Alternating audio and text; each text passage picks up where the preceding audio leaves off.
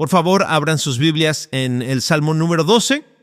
Hoy le he dado el título ¿Cómo orar cuando temes por tus hijos? Y se lo he dado porque este es un salmo generacional. Y notarán al final del salmo, en el versículo 8, de esta generación los preservarás para siempre. También observarán, tanto en los primeros como en los últimos versículos, que hay una referencia a los hijos de los hombres. Y ese tema se desarrolla a lo largo de todo el salmo. Así que el enfoque aquí, y el que tendremos hoy, es una oración de preocupación por lo que el futuro pueda depararles a nuestros hijos, a nuestros nietos e incluso quizás a nuestros bisnietos mientras contemplamos los años venideros. Y la razón de la preocupación en este salmo, si lo tienen ahí, se ve en el versículo 1. Salva, Señor, porque el piadoso deja de ser, porque los fieles desaparecen de entre los hijos de los hombres. David está observando una situación en la que las personas que dan un ejemplo piadoso parecen ser cada vez menos, los fieles parecen estar desapareciendo, y nosotros queremos que nuestros hijos estén rodeados de ejemplos piadosos, de modelos de fidelidad, pero David señala en este salmo que eso es cada vez más difícil de encontrar. Y si miran al final del salmo, para entender el escenario que se describe aquí, el versículo 8 dice: por todas partes se pasean los impíos. Y noten esta frase: cuando la maldad es exaltada entre los hijos de los hombres. ¿Ven cómo este salmo anticipa una situación de cambio radical, donde la vileza es exaltada? Esa es la expresión que se usa aquí. El vicio se considera virtud, al mal se le llama bien, al bien se le llama mal, todo está patas arriba, y la pregunta es, ¿qué esperanza hay para nuestros hijos y nietos que crecen en un mundo así? Y esa es la preocupación que dio origen al Salmo 12, y al decirlo, les resultará evidente que esto tiene una poderosa relevancia para nuestra situación actual. Así que en este Salmo, Dios nos ha dado una oración para cuando tememos por el futuro de nuestros hijos, o cuando tememos por nuestros hijos ante el futuro. Eso es lo que tenemos ante nosotros hoy. El mensaje de hoy consta de dos partes. La primera y más extensa es un análisis basado en el Salmo de los desafíos que enfrentan nuestros hijos. ¿A qué tienen que hacer frente? ¿A qué debemos enfrentarnos nosotros en nuestra cultura de cambios acelerados? Y en segundo lugar, una estrategia para la oración y la acción que también se encuentra aquí en el Salmo número 12. ¿Cómo orar cuando temes por tus hijos? Ahora, otro pasaje de las Escrituras que quiero recordarles y al que me referiré en varios puntos aquí está en 2 Corintios capítulo 4, versículo 4. Ese es el lugar en el Nuevo Testamento donde se nos dice que el Dios de este mundo, una forma de referirse a Satanás, por cierto, Satanás ha cegado el entendimiento de los incrédulos para que no vean el resplandor del Evangelio de la gloria de Cristo, que es la imagen de Dios. Ahora, noten lo que se nos dice en 2 Corintios capítulo 4. Hay una obra particular de nuestro enemigo, Satanás, que causa ceguera en las personas incrédulas. Siempre lo hace, y la razón por la que siempre lo hace es que la buena noticia de Jesucristo es como una luz gloriosa. Y para evitar que la gente vea esta luz maravillosa, tiene que seguir trabajando para embotar la mente y distraer la atención, de modo que las personas no vean la luz del Evangelio de la gloria de Jesucristo. ¿Y cómo lo hace? La respuesta es, como dice Jesús en Juan 8:44, que Satanás es mentiroso y que es el padre de la mentira. En otras palabras, todas las mentiras tienen su origen en él. Las mentiras son su herramienta y su negocio, por así decirlo, para cegar las mentes en cada generación ante la gloria de Cristo. Y por supuesto, en diferentes culturas y en diferentes generaciones, la forma en la que lleva a cabo esto tácticamente puede variar. Pero las estrategias generales son en gran medida las mismas. Han permanecido esencialmente sin cambios desde los tiempos del jardín del Edén. Y ahora quiero llamar su atención en el Salmo 12 hacia lo que voy a llamar 3 tipos de engaño, todos los cuales Satanás está usando en nuestro tiempo, como claramente lo hacía en la época de David, para evitar que la gente vea la luz de la buena noticia de la gloria de Jesucristo. Y las 3 variedades de engaño son simplemente estas. Número 1, la vanidad. Número 2, la adulación. Y número 3, la blasfemia. Vanidad, adulación y blasfemia. Así que espero que tengan la Biblia abierta y vamos a abordar la primera, que está en el versículo 2. Vanidad. Falsedad habla cada uno, o literalmente traducido aquí, es la palabra vacío. Vacío. Vacío habla cada uno a su prójimo. Varios comentaristas señalan que la palabra vacío es realmente la traducción más precisa del tipo de mentiras a las que se refiere aquí. David tiene en mente un tipo particular de engaño y dice esto: todos profieren algo vacío a su prójimo. Ahora, me pregunto, cuando piensas en esto, todos profieren vanidad a su prójimo. ¿Podría haber una descripción más incisiva de la cultura en la que vivimos y en la que nuestros hijos están creciendo hoy en día? Saben, ha habido mucha conversación sobre todo este asunto del espionaje en los últimos días y semanas. De hecho, ya saben, y la NSA escuchando a varias personas aparentemente en diferentes partes del mundo.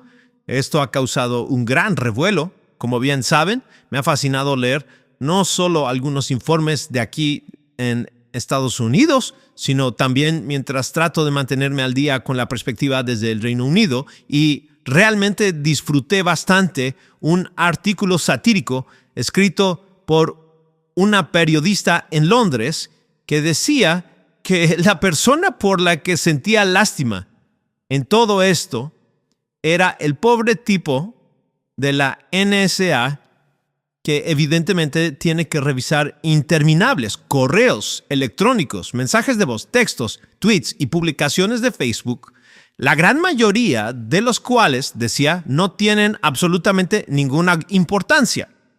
Y luego se pone personal, dice: me imagino a este tipo si está interviniendo mi teléfono, quejándose y durmiéndose, mientras escucha mi llamada semanal a mi madre, que ya es mayor, y la conversación va así: ¿cómo te fue esta semana? A lo que ella responde: fui al supermercado y demás. ¿Ah, sí? ¡Qué bien! ¿Qué más has hecho? Ah, sí, Mabel también vino. Sí, ¿y cómo está ella? Ah, no, muy bien. Había ido al médico esta semana y este tipo se está medio durmiendo en la NSA después de escuchar la millonésima conversación que pasará sin nada particularmente significativo. A todos ustedes que son jóvenes hoy, miren esta semana. Pueden ver que este salmo describe exactamente el mundo en el que están creciendo. Los tweets, los mensajes de texto, las publicaciones. ¿De qué tratan todos? ¿Acaso 1 de cada 100 tendrá algún significado dentro de un año y mucho menos en 10 o 50?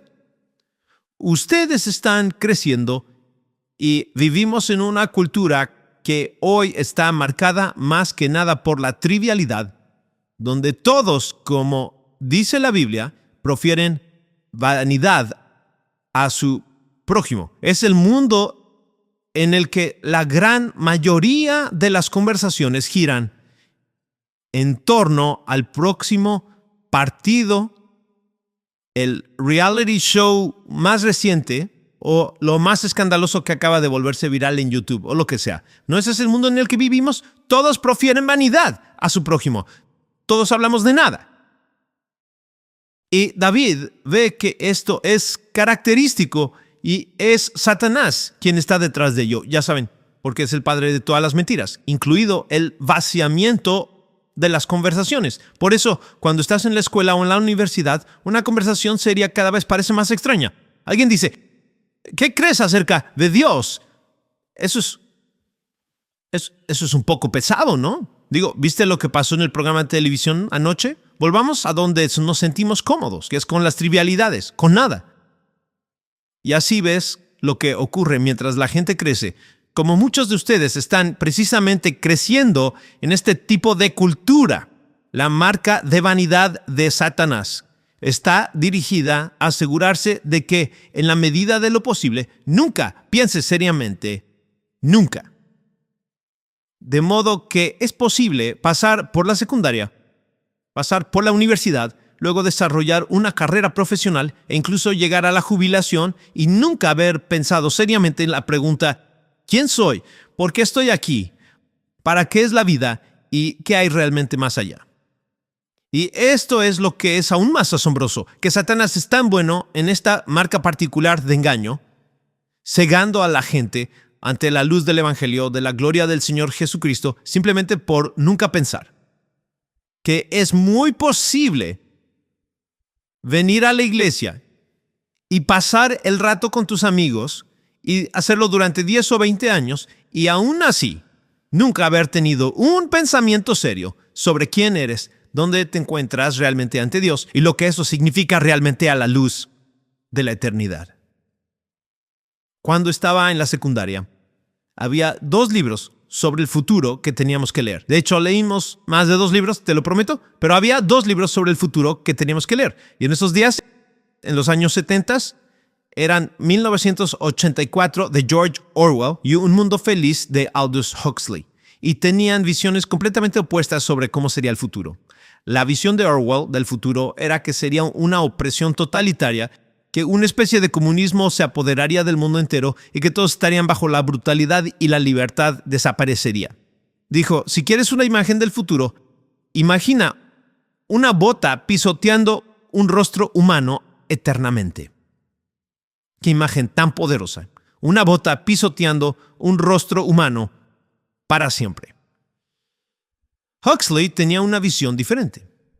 Huxley pensaba que el futuro no sería una opresión que aniquilaría las mentes de las personas, sino que sería el placer lo que las aniquilaría. Y justo cuando llegamos a 1984, ese mismo año en que se publicó, poco después, un hombre llamado Neil Postman escribió un libro que, aunque han pasado 30 años desde que lo escribió, me parece más relevante hoy que incluso en aquel entonces, un libro en el que contrastaba estas 2 visiones del futuro. Y dice esto: lo que Orwell temía era que los poderosos prohibieran los libros. Lo que Huxley temía era que nadie pensara seriamente que valía la pena leer libros. Orwell temía a aquellos que nos privarían de información. Huxley temía a aquellos que nos darían tanto que nos reducirían a no hacer nada al respecto. Orwell temía que la verdad fuera ocultada. Huxley temía que la verdad se ahogara en un mar de irrelevancia. Orwell temía que nos convertiríamos en una cultura cautiva. Huxley temía que nos convertiríamos en una cultura trivial. Y como dice Neil Postman, mi tesis es que Orwell estaba equivocado en lo que respecta a la mayor parte del mundo y Huxley tenía razón. Y es cierto, mientras oramos por la iglesia perseguida, hay lugares donde la bota brutal sigue infligiendo dolor y opresión. Pero para nosotros y para la gran mayoría del mundo actual, el mayor engaño de Satanás ha sido sumirnos en un mar de irrelevancia que empuja sin cesar con las trivialidades de la vida, haciendo que cada vez menos personas perciban lo que es verdaderamente importante, ni interactuar con ello de manera seria. Vanidad. Todos hablan vanidades a su prójimo. ¿Cuánto has estado realmente reflexionando sobre quién eres, quién es Dios, cuál es tu relación con Él y cuál es tu propósito en la vida? ¿Por qué no llegas a eso? ¿Ves? es su engaño. Vanidad. Segundo, adulación. Versículo 2. Hablan con labios lisonjeros y con doblez de corazón. Corte el Señor todo labio lisonjero. La adulación, por supuesto, se convierte siempre en el lenguaje predominante en cualquier cultura donde la gente se entrega a la vanidad. Si te entregas a la vanidad y las trivialidades, la adulación termina siendo el lenguaje común en esa cultura. ¿Qué es la adulación? Es decir únicamente lo que otros quieren oír, y es escuchar solo lo que deseas que te digan a ti. La adulación es el segundo tipo de engaño de Satanás, y si solo escuchas lo que deseas oír, terminarás siendo incapaz de ver la luz del Evangelio y la gloria de Jesucristo. Amigos, el anhelo de adulación en el corazón humano es profundísimo. Escuchen lo que dice Isaías en el capítulo 30. Este es el equivalente en el Antiguo Testamento de aquel pasaje del Nuevo Testamento que habla de personas que se rodean de maestros que dicen lo que sus oídos ansían escuchar. Pero así lo expresa Isaías en el Antiguo Testamento. Describe a los que tienen el nombre de Dios como hijos que no quieren escuchar la instrucción del Señor. Y es impactante. No quieren escuchar la instrucción del Señor. Que dicen a los videntes, no vean visiones, y a los profetas, no nos profeticen lo que es recto. Díganos palabras agradables. ¿No es impactante? No oigamos más acerca del Santo de Israel. Verán, queremos que nos afirmen. Solo queremos que nos afirmen. Por eso, háblenos cosas agradables y que no nos hablen más del Santo de Israel, porque sabemos que no somos santos y eso nos va a molestar si oímos hablar del Santo de Israel. Y amigos, nuestros hijos están creciendo en un mundo donde incluso en la iglesia muchos se limitan a decir y escuchar cosas agradables y poco sobre el Santo de Israel. Y Jesús dijo que la obra del Espíritu Santo será convencer de pecado, de justicia y de juicio para luego dirigir la luz hacia Jesucristo. Vemos nuestra necesidad de Él y entonces acudimos a Él. Pero no habrá mucho de eso en ministerios aduladores que halagan el ego diciendo cosas agradables. Ese es el tipo de ministerio que cada vez más producirá una generación de niños, jóvenes y luego adultos que, aunque crecieron en la iglesia, no pueden ver la luz del Evangelio, de la gloria de Jesucristo. Jesús dice en Juan capítulo 5, versículo 11, ¿cómo pueden creer si buscan recibir alabanza unos de otros? Se lo dijo a los fariseos. Solo quieren que los afirmen constantemente y eso les impedirá llegar a la fe. Es una verdadera barrera porque es el engaño de Satanás, labios aduladores. Y ustedes lo saben y lo han visto como yo lo he visto. Ese deseo de afirmación constante, cuando se alimenta, se convierte en una adicción crónica y poderosa.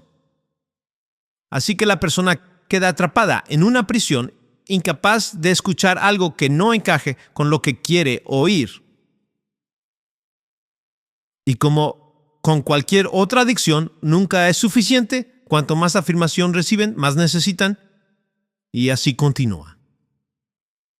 Estas son las estrategias de Satanás. Vanidad, adulación, y este es el tercero. Blasfemia. Versículo 4. A los que han dicho, con nuestra lengua prevaleceremos. Nuestros labios nos defienden.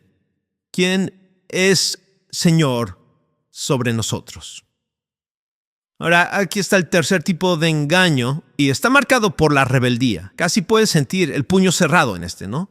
¿Quién es Señor sobre nosotros? ¿Es mi vida? Voy a tomar mis decisiones, soy el capitán de mi barco y de mi alma, nadie gobierna esta vida excepto yo, encontraré mi propio camino, seré mi propio Señor, seré mi propio Salvador. Seré mi propio amo, seré mi propio guía, ese soy yo. Y la palabra para eso es blasfemia. Consulté El diccionario, definición de blasfemia, el acto de insultar o mostrar desprecio por Dios, el acto de reclamar los atributos de las deidades, ponerte en el lugar de Dios. Eso es la blasfemia. Y por supuesto es precisamente lo que Satanás intentó hacer desde el mismo principio de los tiempos. Es lo que quiso que Eva hiciera cuando entró en el jardín del Edén. Seréis como Dios. Vanidad, adulación, blasfemia. Sus tres estrategias principales. Este es el mundo en el que crecen nuestros hijos y nuestros nietos, y por eso sentimos la necesidad de orar, porque vemos el poder de estas cosas que estamos viviendo. Es nuestro mundo. Ese es el análisis del asalto que enfrentamos. ¿Qué hay de las estrategias para la oración y la acción? ¿Qué esperanza hay para nuestros hijos, para nuestros nietos, que están creciendo en este mundo donde nadan en este mar de vanidad, adulación y blasfemia? Permítame decir estas cosas muy brevemente. Número 1, Dios escucha. Dios escucha. Necesitamos orar por nuestros hijos. ¿Estás orando por tus hijos? ¿Estás orando por tus nietos? Debemos orar por nuestros niños en el hogar. Debemos orar por nuestros niños en la iglesia. El Salmo 12 es un modelo que debemos seguir. Y cuando oremos, debemos presentar ante Dios, como lo hace David, la realidad de la situación en la que se encuentran nuestros hijos. Oh Dios, esto es lo que ocurre. Para eso está el Salmo 2 en la Biblia. Dios escucha cuando oras por tus hijos, así que ora por ellos, sigue orando, no te detengas, no te desanimes, no abandones, pide a amigos que oren por tus hijos, comprométete a orar por los suyos. Conozco al menos un grupo en nuestra iglesia que lleva más de 30 años orando mutuamente por sus hijos. Es extraordinario. Eso es verdadera comunión. Y han recibido respuestas maravillosas. Si no tienes hijos propios, busca jóvenes a quienes puedas dedicar un ministerio de oración y aliento, acompáñalos y harás una contribución invaluable. Dios escucha. En segundo lugar, Dios habla. ¿Te das cuenta de lo central que es la palabra de Dios aquí? Versículo 6, aquí hay niños creciendo en este mundo distorsionado, engañoso. Y luego en el versículo 6 leemos, es como un soplo de aire fresco. Las palabras del Señor son palabras puras, plata probada en un crisol en la tierra, 7 veces refinada. La palabra de Dios es pura. La palabra de Dios dirá cosas que no quieres escuchar, que son difíciles de escuchar. Pero no son para dañarte, son para sanarte. Es pura. Te hará bien. Es de valor incalculable. Purificada 7 veces, dice David. Siempre te hará bien. Y la entrada de la palabra de Dios te dará luz. Satanás siempre trata de nublar los ojos y acumular oscuridad, pero la luz es más fuerte que la oscuridad. Y la entrada de la palabra de Dios trae luz, da luz. Así que al principio de la Biblia, ¿qué dice? En el principio, creó Dios los cielos y la tierra estaba sin forma y vacía, y había oscuridad sobre la faz del abismo. ¿Y qué hace Dios? Dice que haya luz. Y luego en 2 Corintios capítulo 4 retoma ese tema. Entonces Pablo dice, como vimos antes, que el Dios de este mundo ha traído toda esta ceguera a través de este engaño, para que la gente no vea la luz del evangelio, de la gloria de Jesucristo. ¿Y qué hace Dios al respecto? Dios, que dijo, de las tinieblas resplandecerá la luz, ha hecho brillar su luz en nuestros corazones para darnos el conocimiento de la gloria de Dios en el rostro de Jesucristo. Así es como una persona se convierte. Dios deja que la luz brille. Es la entrada de su palabra la que da luz. Por eso establecemos un buen lugar para la palabra de Dios en el hogar y seamos siempre una iglesia que tenga una dieta rica de la palabra de Dios en todo, para nuestros hijos, para nuestros jóvenes. Es la única manera en la que viene la vida nueva. Nacemos de nuevo por la palabra de Dios, viva y permanente, no por una dieta de entretenimiento. El mundo ya está inundado de eso. Hay trivialidades en todas partes. Y ahora, aquí está la tercera y última cosa. Dios escucha, Dios habla, y Dios en su gran misericordia salva. Y ahí es donde comienza el Salmo y donde termina. Tú, Señor, los guardarás de esta generación perversa. Necesito que me salves, oh Señor. No puedo esperar a que la cultura lo haga por mis hijos. La cultura fue generalmente favorable a una visión ampliamente cristiana durante gran parte de nuestra historia pasada, pero cada vez más estamos en un lugar donde entendemos que es Dios quien salva y necesitamos pedirle que lo haga. Y cuando Él salva, Él guarda. Por eso el versículo 7 dice, tú, Señor, los guardarás de esta generación para siempre. Aquí está David orando, y así es como puedes orar y cómo podemos orar por tus hijos, tus nietos, cuando no tienen amigos piadosos. Los piadosos han desaparecido. Y tomarás el Salmo 12, versículo 1, y dirás, ¿no son sus amigos en quienes dependo, a quienes miro, Señor, ni la falta de ellos? Eres tú, salva, oh Señor. Y aquí hay algo bastante maravilloso. Fíjate en esto. Los salmos son oraciones. Y hay muy pocos salmos, solo un puñado, donde Dios responde en medio de la oración. ¿Conoces el versículo antes de que clamen responderé? Bueno, este es uno de esos pocos salmos donde Dios realmente responde antes de que David termine de orar. ¿Lo ves? En el versículo 5. Me levantaré ahora, dice el Señor, lo pondré en la seguridad que anhela. Aquí está la oración ascendiendo. Y aquí está Dios actuando. Esa es tu esperanza. Es mi esperanza. Es la estrategia. Para la fe y la acción, puedes acudir a Dios en oración. Puedes confiar en que Dios hable. Y puedes pedirle a Dios que salve.